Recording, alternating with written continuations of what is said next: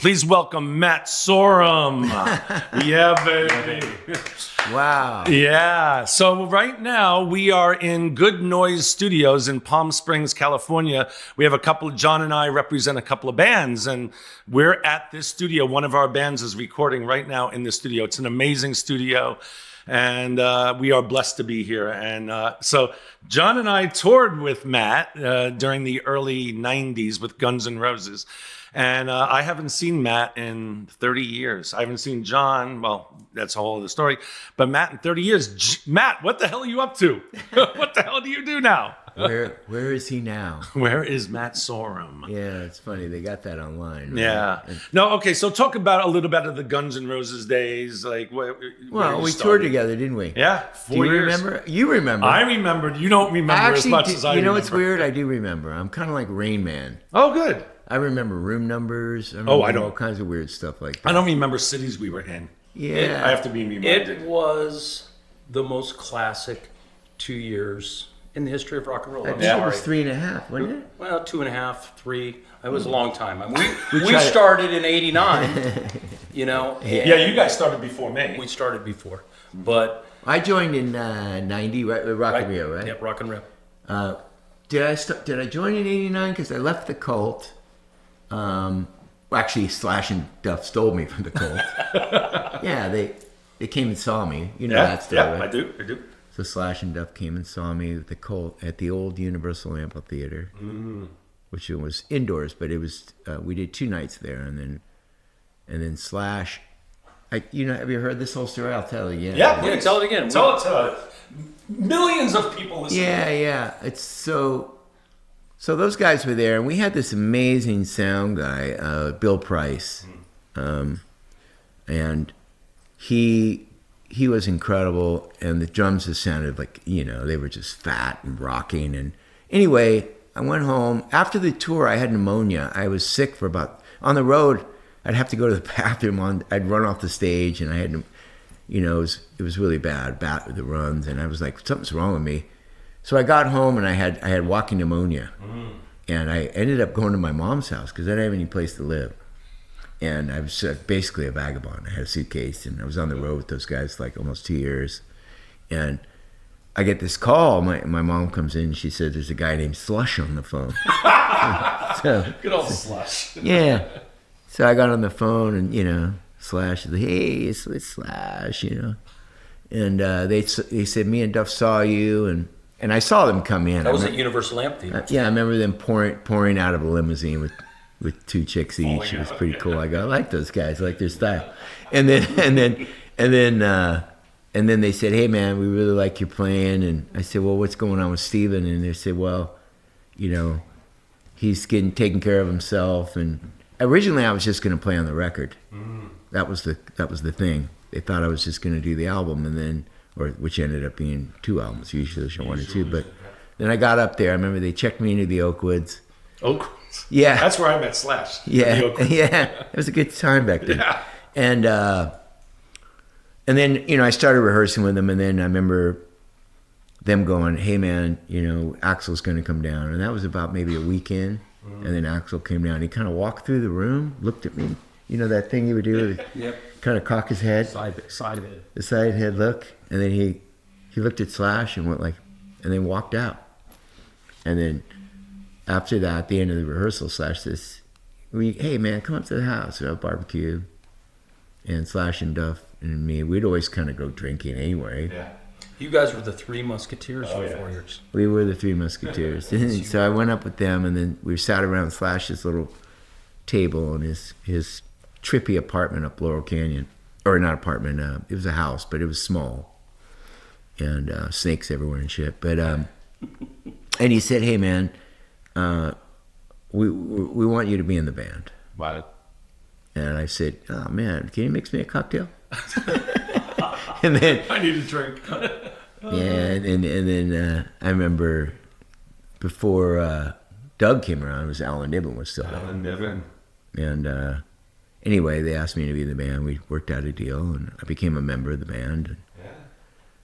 So yeah, that's how. And then obviously Rock and Rio, and then we started the Big Use Your Illusion tour. And did you come in right at the beginning? No, when Izzy left. Right. I started when Gilby started. That's right. Yeah. There was somebody else around before, right? Blake Stanton. That's right. Yeah. And then Blake left in Germany. That's a whole other story. Yeah. Because you're in charge now. Bye. I remember. Like a month in. I remember that. So, And so then you toured. And John was our tour manager. John was the tour manager. He was the one that was trying to keep us, in line. You did a good job. I have a fond memory of me wanting to go out one night, and I said, "John, I'm going out tonight." He's like, "No, you're not." And and I said, "Come on." I said, "Come on, what are you, my dad?" And he went, "Yes, I am." And the middle of my chest caved in. I was like, and I woke up with his fingerprints on me, his knuckles. Matt and I had multiple times of incredible stories. Yeah. We don't have enough time to tell those stories. Yeah, but it was, being there with you guys and seeing you now, it's like wow. Because it was another lifetime ago. Oh my God. Like when we talk about 30 years ago, 30 years.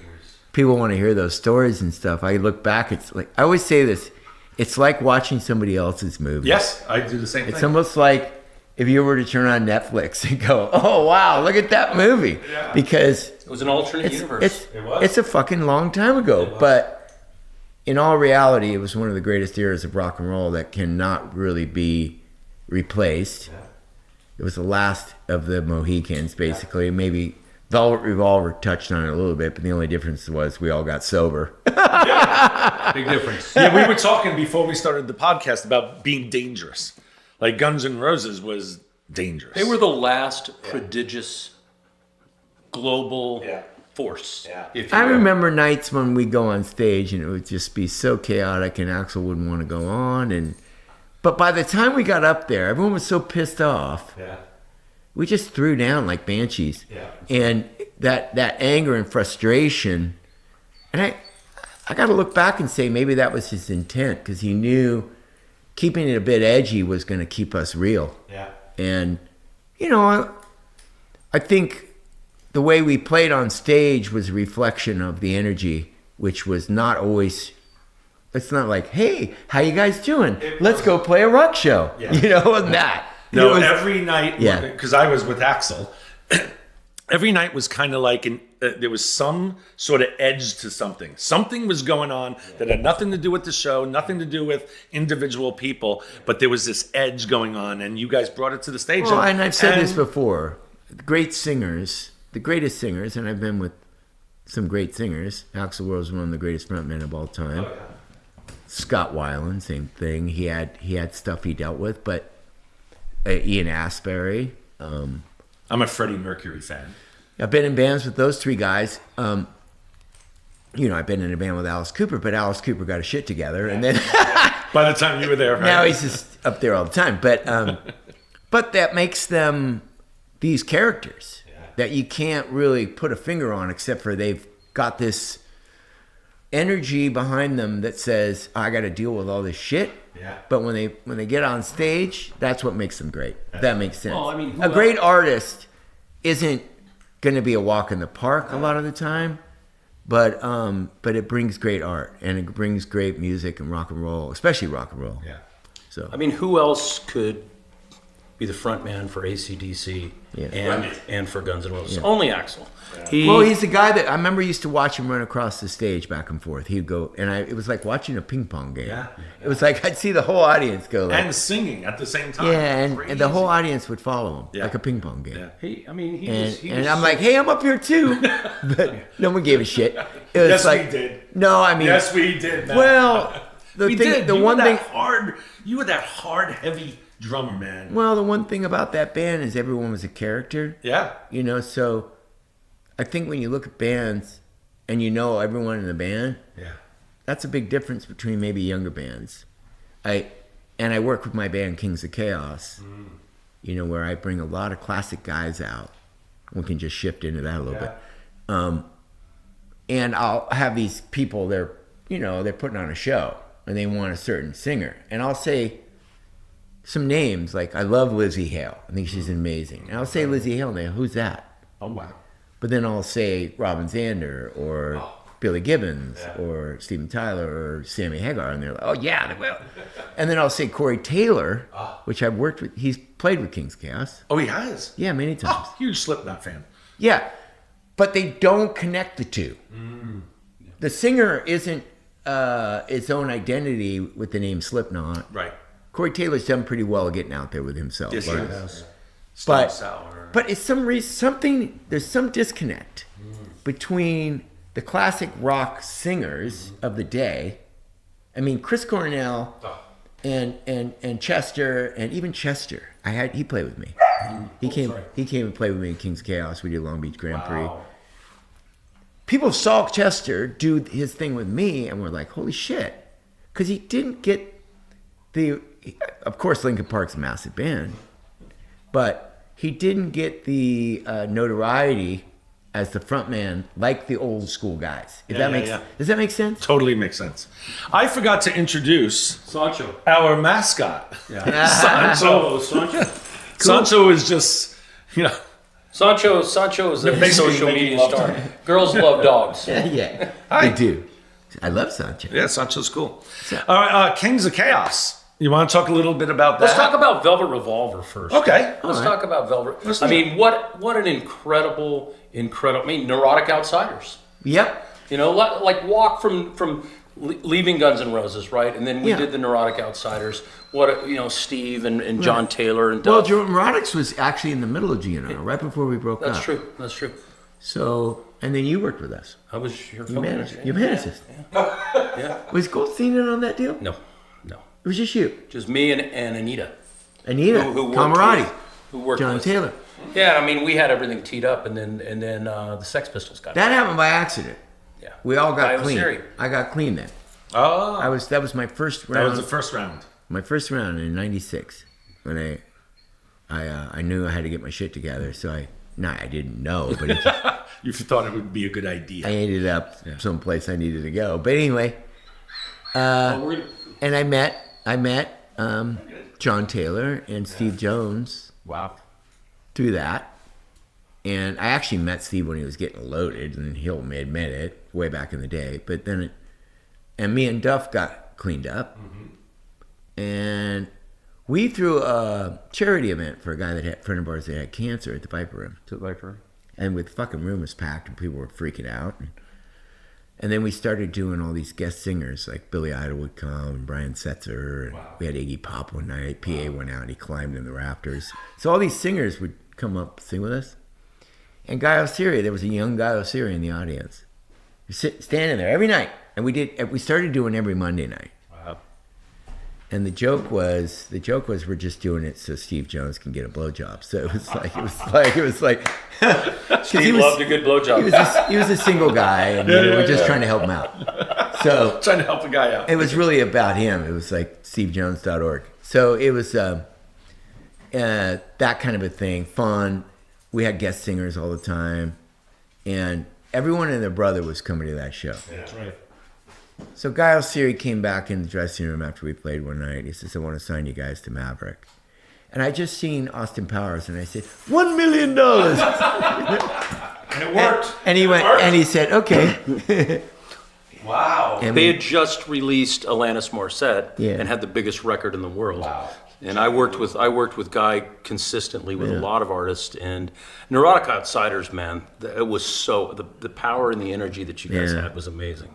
Yeah, it was a good band. It was short-lived because What happened there? we went out and played some shows. We did some short tours, didn't we? East Coast, West Coast, and then the Pistols got back together. They did that Reformed. and they did some business, did a live album, and then Duran Duran kind of rebooted, and then Axl called me and Duff back to the studio. Right, you went back in. Yeah. For Chinese democracy. Well, Was it? we were working on those songs, Okay. and not those ones that made the record. Okay. I can't even remember. It was fragments of stuff. Right. But at that point, Slash had left, and then I did the first Slash's Snake Pit record too, and Axl called me back in on that, so I didn't tour with Slash. Oh, okay. John Taylor, one of the most handsome men in history of the world. Yeah, that's why we got him in the band. We just thought it'd be a good idea. Man, he is fine as wine. Good looking dude. He's a good looking. He dude. is a good looking. A great bass player too, mind you. Yeah. I mean, he's so good looking. You kind of overlook his talent. It's almost like a really handsome actor. You're like, that guy's really talented too. Like that kid Timothy Chalamet. He's like, Oh yeah. he's a killer actor, but yeah. he's such a handsome Yeah. guy. You're like, he can't be that good. Oh, he acts. Like too. John Taylor, listen to Rio. The bass on that is awesome. Yeah. So fast forward, we go back to GNR. GNR splits up, and then some time goes by. A very good friend of mine, Randy Castillo, passed away. Drummer from Ozzy Osbourne, and I was with him when he passed too. Yeah, I was with him, and Ozzy was there. And he played in Ozzy. So I was like, I always was like, drummers, do they get the notoriety they deserve? I mean, Randy Castillo dies, small print, so I go, fuck it. I'm going to throw a concert for Randy Castillo. And Phil Cezanne was the bass player in Ozzy. Me and Phil did the whole thing. Yeah. Phil goes, what are we going to, I said, we're going to fucking throw a show for Randy at the, what's that club on Sunset? Key Club? Wasn't it Yeah, the Key Key Club? Club. I think I was involved. He's better than me. Some things I remember, some I don't, which is interesting. That's good. We can check on that. So yeah, Key Club. So I remember I called Slash, and Axl had already gone out and called himself Guns N' Roses. That's right. And we were like, okay, now what? So I called Slash, and he didn't really know Randy that well, but he goes, yeah, man, I'll do it. And I called Duff, and we hadn't played together in a long time. Slash went off and did Blues Ball and all this other shit he was doing, and Duff was messing around with his band Loaded, and I went back to the Cult for a little while. I was in the Cult in 99, 2001, made a record for Atlantic called Beyond Good and Evil. I toured with them around the world. And then that was around 99 to 2001. And 2003, Randy died. And we threw this concert. Slash and Duff came. We used to sing from Buck Cherry, and we had Cypress Hill there. And then I was talking to Tyler, Steven Tyler. And he was going, I'm in town, man. What do you guys think? I said, we're at the Key Club. Come down tonight. He goes, all right. So he shows up. We fucking did the most insane version of Mama Kin. Because we both, that's their song. Yeah, yeah. But we recorded it. And I wish there was good video in those days, because I found some shitty version on YouTube or something. But, so anyway, after that, Slash and Duff called. Slash called me first. I remember it was the next morning. I was in my favorite little breakfast place called Quality on Beverly. Oh, don't know that place? I used to sit there, and I used to like to go there because Julia Roberts would go in there. I was too shy to go What's talk that to her. address? I mean, just right there. I always tell my wife knows this story. I think Julia Roberts liked me, but I was too shy to talk to her. So Slash goes, we should do this. I go, what? Do what? He goes, start the band. And then Duff called too a little bit later. He goes, let's do this. And then we started out with Izzy. Izzy came. Oh, he did? Yeah, in the beginning. Oh. And we were all in the room. We were all in the room, and it was kind of sounding like Guns N' Roses, basically. A little bit. And then Izzy just disappeared. Typical Izzy. He got a bunch of songs and he left. And then what happened? And then Izzy put out some of those songs. On a record. Yeah, but Izzy, and the world knows this. Yeah. He came up with the coolest shit. Oh. He came, He was cool. I have demos of it, and I still talk to Izzy, and I go, dude, remember this song? And he'll go, he was talented. he would come in with this riff, and we'd write. So that was a whole different thing. And then Duff goes, hey, I got this friend, Dave Kushner. And I hadn't really heard of the guy. And I worked with Kushner with Vanilla Ice. Yeah. He was in Vanilla Ice's band. Right. And that's how I met him, because Ross Robinson hooked up. And I remember when that all broke out, he was like, I'm playing with Matt. I'm playing with Duff. Yeah. So Dave came down, and Dave had this more modern, sort of edgy, a lot of electronics, and it gave us this modern thing against the classic thing, like Slash's classic riffage. Yeah. I got excited for a minute because I understood that, we were all sober, we all got in really good shape. I ate nothing but egg whites and chicken. Wow. That's why you look so good, but we'll talk about that If you look later. back at Velvet Revolver, I was skinny as a rail. Really? I was like clean. We all felt reinvigorated. We all felt like hungry again. Yeah. You know, because we didn't have a band that we could like put our feather in our cap and go like. And then we looked for the singer, and that took fucking forever. There's a documentary called The Rise of Velvet Revolver, and we spent about a year and a half shooting. It's on YouTube. Were you mates that whole time? Yeah, Yeah. year and a Remember half. And the documentary shows me like sitting there, and I used to smoke cigars because I was off drugs. cigars. I was off drugs and alcohol, and I smoked cigars. And I was like, you guys, is this a fucking hobby or what? I mean, I gotta get going. I'm a working drunk. You were always a driving force, bro. Yeah, Always. Thank you. And Slash is, Slash like, all right, man, just be cool, man. And I'm like, and then Duff walks in one day and he says, hey, I just had dinner with Scott Weiland and his wife, and he's out of Stone Temple Pilots. And my first question was, why is he out of Stone Temple Pilots? So, Yeah. if you watch the documentary, we go through a lot of shit in the beginning. Wow. Like getting him clean, and we get him clean, Yeah. and then we make that record, Contraband. Yeah. And everything culturally that was happening musically, we knew at 40 years of age. I was 42, maybe 40, which is crazy to think it's 20 years ago. But we fired on all cylinders because Queens of the Stone Age was out. Foo Fighters were kind of young. We were like, it was more like, let's go there. Yeah. And I kind of pushed. We all had a great collective. Yeah. And Slash have a thing, and me and Duff were more punky. Yeah. Yeah.